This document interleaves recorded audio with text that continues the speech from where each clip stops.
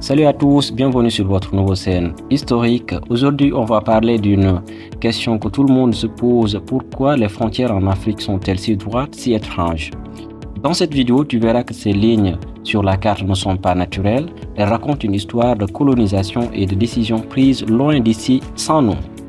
Allez, on plonge dans le passé pour comprendre comment ça s'est construit. Cette carte nous montre l'Afrique précoloniale. Il faut comprendre qu'avant la colonisation, l'Afrique était organisée en royaumes, empires et territoires vivants, basés sur les peuples, leurs langues et leurs alliances, et leur mode de vie. Il n'y avait pas de ligne droite, mais des territoires fluides et connectés. Mais celle-là montre toute autre chose. En 1884-1885, lors de la conférence de Berlin, les puissants européens se sont réunis pour se partager l'Afrique.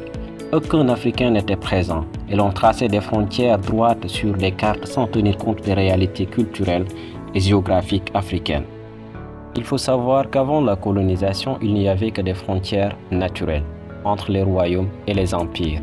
Mais les frontières coloniales ont ignoré tout cela et l'ont divisé des peuples unis et réuni des groupes sans histoire commune. Et l'ont redessiné la carte selon les intérêts des puissances européennes, mais non selon celle des réalités africaines. Et là, on a l'Afrique moderne avec ses frontières actuelles, c'est-à-dire celles que les Européens nous ont léguées. Ces frontières arbitraires sont devenues les limites des pays africains. Elles présentent parfois des pays qui parlent la même langue ou partagent la même culture et regroupent souvent des communautés opposées. Alors, faisons ici zoom sur des frontières droites, comme celle de l'Algérie et de Mali. Par exemple, ces lignes parfaitement droites sont le résultat d'accords entre colonisateurs et pas la géographie ou de l'histoire locale. Elles ont souvent engendré des tensions et des conflits qui persistent encore aujourd'hui. Alors, comprenons que ces frontières sont le fruit d'un découpage colonial brutal et artificiel.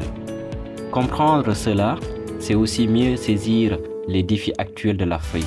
Pour d'autres histoires cachées, abonne-toi sur Historique.